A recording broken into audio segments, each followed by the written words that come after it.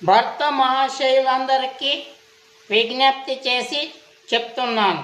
నేను తాగుబోతుని ఎందుకు అయ్యాను అంటే నా భార్య పెట్టే టార్చర్కు తాగుబోతునయ్యాను.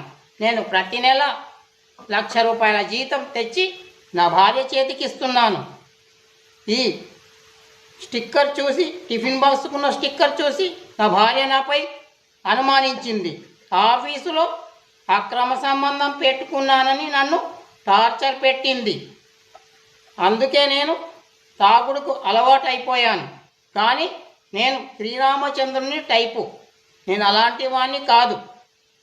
భర్త మహాశయులందరికీ విజ్ఞప్తి చేస్తున్నాను, మీకు కూడా నాలాంటి అనుమానపు పెళ్ళాముంటే ఇలా తాగి ఆరోగ్యాలు పాడు చేసుకోవద్దని విజ్ఞప్తి చేస్తున్నాను. తాగితే చచ్చిపోతారు. అర్థమైంది